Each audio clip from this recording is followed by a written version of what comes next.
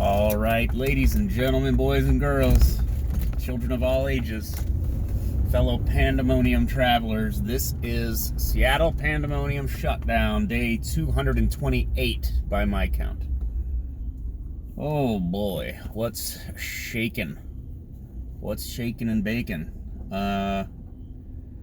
So people are mad at Ice Cube for wanting to maybe work with the Republicans and work with Trump on some kind of, they call it the Platinum Plan. I don't know, that's some kind of business stimulus package to reinvigorate urban areas and what have you, and to help out the community. And, Ice Cube, he can do whatever he wants, What, Democrats are doing stupid stuff like they blocked another, or they proposed some more garbage, well, I forget which direction it was going, right? They blocked another stimulus bill for COVID relief. See, they do these games too. So Ice Cube can see that, and he's like, you know what? The Democrats don't do anything for black people, so maybe the Republicans will. Whoever's going to do something that's going to be helpful for the people. Do your thing. Do your thing, Ice Cube. Don't listen to these haters. Get something. Anyways, apologists for Jeffrey Toobin. Jeffrey Toobin, who was jerking his gherkin on the Zoom meeting,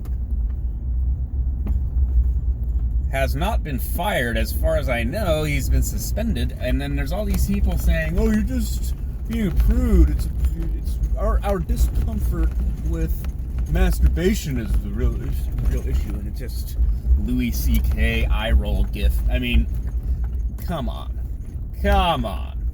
I appreciate that people give themselves, let's say, self-care, right?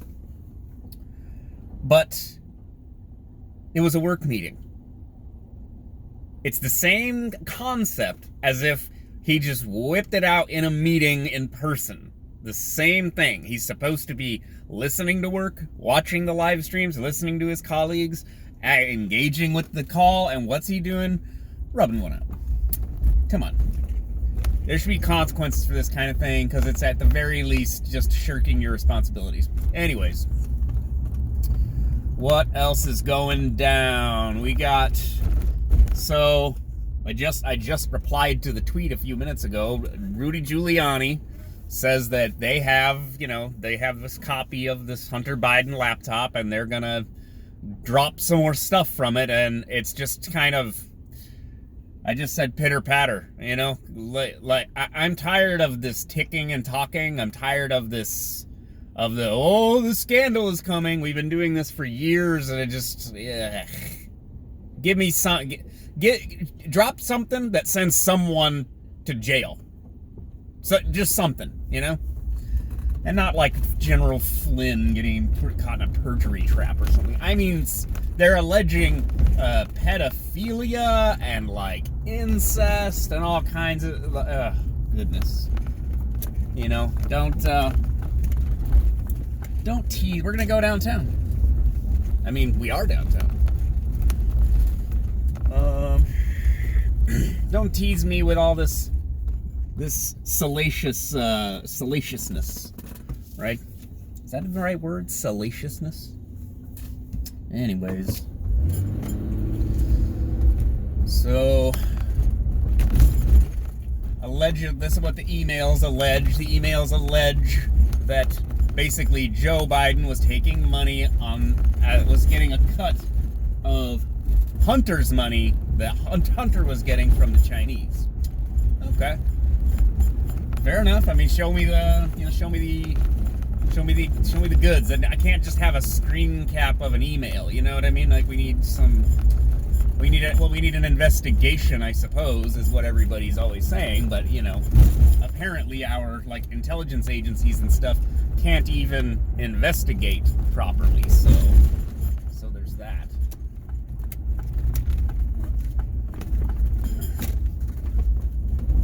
Go to Pioneer Square, I guess.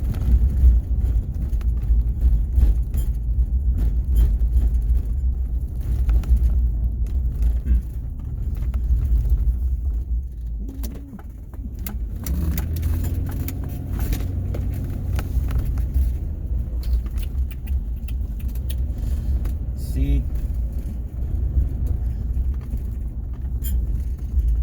In all honesty, it sort of feels normal down here. I mean, it's Pioneer Square. It just sort of is. Like doing some work, build some stuff.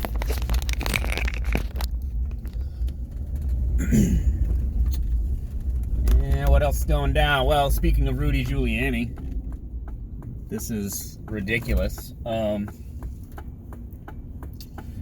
So how does this happen?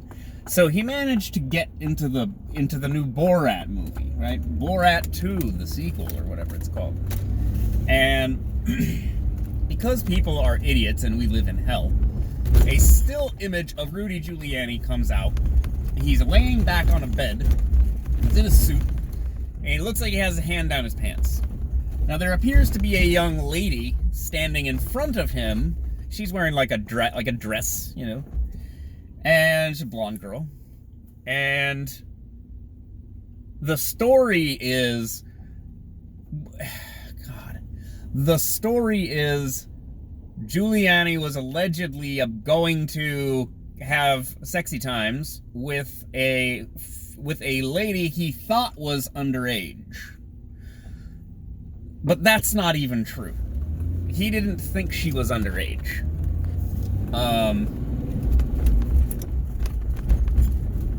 And he wasn't touching himself in a. He wasn't touching his personal area. He was removing a microphone because he was mic'd up because they basically did a fake interview, and then I think it's Borat, Sacha Baron Cohen, runs in and says, she's only 15. That's the gag, right? Like that's like the prank. That's the joke, and so she's of age. He wasn't touching himself. This is dumb. But because people desperately want to believe awful things about politicians that they disagree with, or just scandal because something to talk about, drama, people take this and run with it, and then they look like morons because it's like, oh, yeah, it's not what you were told it is. And in the same day, there was another cycle of fake news that various blue-check journos, who, again, are frequently the enemy of the people, someone made a fake text message of Ivanka Trump texting with Giuliani, and like it's just a screen grab. It's a fake text, you know. And but blue checks, like Rachel Maddow was sharing it, and you're just like, what are you doing? Like, God, like it's not impossible to just like wait. Oh my goodness! Listen to my car. Oh, goodness.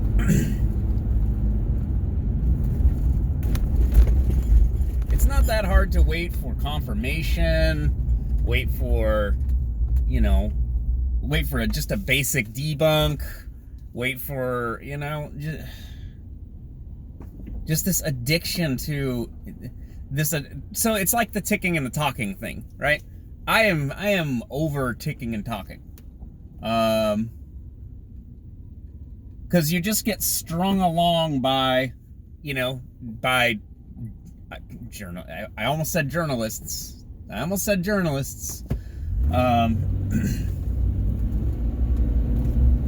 not journalists. Rachel Maddow is not a journalist. Rachel Maddow is a propagandist. They have an objective, and their objective is not to get to the facts and help the people understand the issues. That is not what their purpose is. That's not what her purpose is. Her purpose is to create a media narrative that gives you the justification to vote a certain way. That's it. to be outraged a certain way. But the net effect is that you end up voting a certain way so that a certain party stays in power. Now, you could say the same thing's going on over at Fox News. Same thing. Different narrative, creating a narrative that gives you either moral indignation or righteous, like outrage, an excuse to vote a certain way. Or you could call it a reason. Just because there's propaganda doesn't mean there's not true things being said about what's going on. In fact, good propaganda is a little bit true. That's what makes it, like, it can make it hard to debunk, is it's like some component is true, but maybe there's a little extra on the top. Maybe a little extra butter on that bread, and that's the fake news part, right? Yep. Well, see, I'd say life is returning because, like, there's some traffic, but Seattle traffic before the Pandemonium was, especially anywhere near rush hour, this would all be basically bumper to bumper. This would not be like this. So, more cars than zero, which is what I used to record, was just empty streets. Now there's more people coming back. And I think they're talking about phasing us for, like, restaurants to reopen and stuff. And I don't know, I mean, can we reopen? Can we just get things moving again? Can we get the plywood off of all the buildings? I mean, it still feels like living in, like, a war zone. It feels like it just feels like we're stalled, you know? Like, we're in the doldrum. And there's a possibility, like, the V-shaped recovery, is that really a thing? Is unemployment going down? Are we gonna get a little stimulus? Like, are they gonna do some kind of business bailout thing? Like bailing out, like giving, I don't know, loans, I guess, to businesses to get them to, so that they can start back up again? I mean, you can't take food out of the refrigerator at your restaurant from 8 months ago and cook it, right? You gotta get your staff hired back. You gotta get your shelves restocked. That's gonna take a bunch of capital, and without that, then these businesses will just fail. And then you're gonna see a tidal wave of bankruptcies. That'll clog up the courts something fierce. But at the same time, a giant government, like federal government tax subsidy to all these businesses is socialism. Okay? This is my understanding. That is socialism. You are redistributing wealth from people and giving it to other people. And it artificially manipulates the market, and because the criteria that will be used to determine what businesses get what stimulus is going to be an incredibly insane, corrupt process that will benefit those who are already well connected. That's probably more like what's going to happen. Now, that doesn't mean we don't have to do it. It doesn't mean that there's no alternative. It doesn't mean we just let all the businesses fail. I don't know. I don't really have a solution. You turn on the money printers up at the Federal Reserve and just, I know it's not literal money printers, but money printer goes, that's the meme. We'll just hyperinflate our money, print up a bunch of money, give it to businesses, and then we'll kind of all pretend that it's not monopoly money and that it actually means something. I don't know. Well, Rudy Giuliani has managed to put himself back in the spotlight. Everyone's mad at Ice Cube. Well, not everybody. people are mad at Ice Cube because Republicans are evil and you should never talk to them no matter what. And the election is now what? What are we, 12 days out? Oh my God. 228 days, boys and girls. 228. Count them. All right, it's enough from me for one day. I'll talk to you guys later. Bye.